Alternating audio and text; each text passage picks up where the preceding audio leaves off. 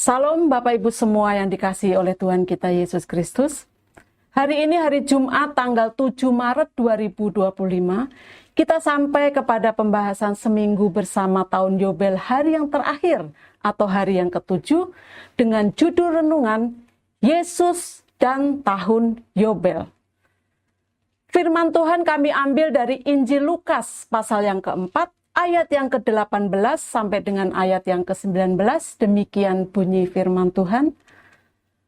Roh Tuhan ada padaku, oleh sebab Ia telah mengurapi aku, untuk menyampaikan kabar baik kepada orang-orang miskin. Dan Ia telah mengutus aku untuk memberitakan pembebasan kepada orang-orang tawanan, dan penglihatan bagi orang-orang buta, untuk membebaskan orang-orang yang tertindas, untuk memberitakan tahun rahmat Tuhan telah datang.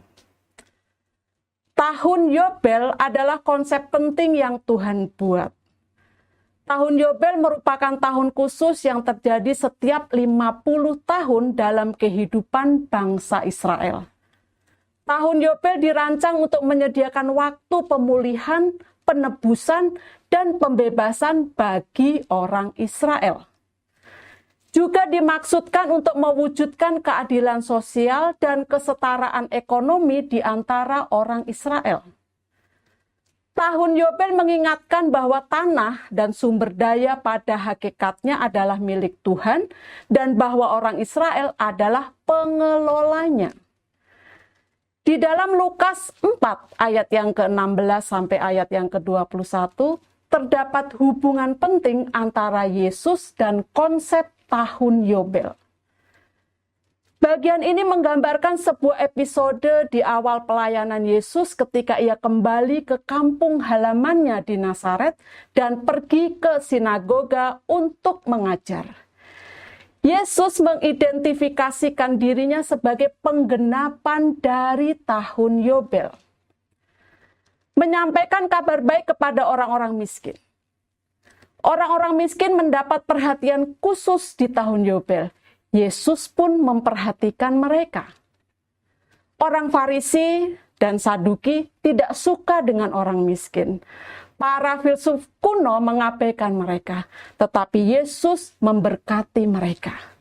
Secara rohani, Yesus memuaskan kebutuhan orang yang miskin rohani. Memberitakan pembebasan kepada orang-orang tawanan. Berita pembebasan melekat pada pemberitaan tahun Yobel. Di bagian ini yang dimaksud dengan orang-orang tawanan adalah orang-orang yang tertawan oleh dosa, iblis, dan perbudakan. Hanya oleh Yesus ada pembebasan. Dia menyelamatkan umatnya dari dosa-dosa mereka, menebus mereka dari tuntutan hukum, dan membawa orang-orang tawanan kepada kebebasan penuh.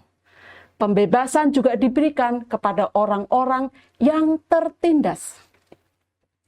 Kata tertindas di sini bisa berarti secara umum yang sama artinya dengan patah hati atau orang yang menyesal.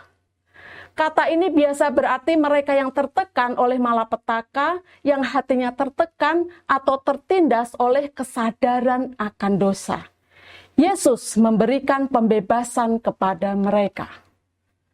Memberikan penglihatan bagi orang-orang yang buta. Di dalam pelayanannya, Yesus menyembuhkan orang buta secara jasmani. Namun, penekanan dari orang-orang buta di sini adalah buta secara rohani. Mereka berada di dalam cengkraman dosa, sehingga mereka tidak bisa melihat kebenaran. Ini seperti yang dialami oleh bangsa Israel pada zaman raja-raja. Dan Yesus datang untuk membuat umat Tuhan bisa melihat kebenaran. Memberitakan tahun rahmat Tuhan telah datang. Frasa tahun rahmat Tuhan berarti waktu Tuhan berkenan kepada umatnya. Tahun Yobel adalah tahun perkenanan Tuhan, dan pada tahun rahmat Tuhan itu banyak berkat yang dilimpahkan kepada umatnya. Yesus datang menggenapi secara penuh di mana kedatangannya membawa berkat jasmani dan rohani. Dengan percaya dan menerima Yesus sebagai Tuhan dan Juru Selamat, maka kita sudah merasakan tahun Yobel. Bersyukurlah untuk berkat jasmani dan rohani yang kita terima. Kata-kata bijak. Di dalam Yesus, berkat-berkat tahun Yobel diberikan kepada mereka yang percaya kepadanya. Bapak Ibu, mari kita berdoa. Tuhan, beriku keberanian dan kemampuan untuk memberitakan tahun rahmat-Mu bagi orang-orang yang belum percaya, supaya mereka menerima berkat-Mu. Dalam nama Tuhan Yesus aku berdoa dan bersyukur. Amin. Puji Tuhan, kiranya renungan seminggu bersama tahun Yobel ini menjadi berkat bagi kita semua. Tuhan Yesus memberkati. Amin.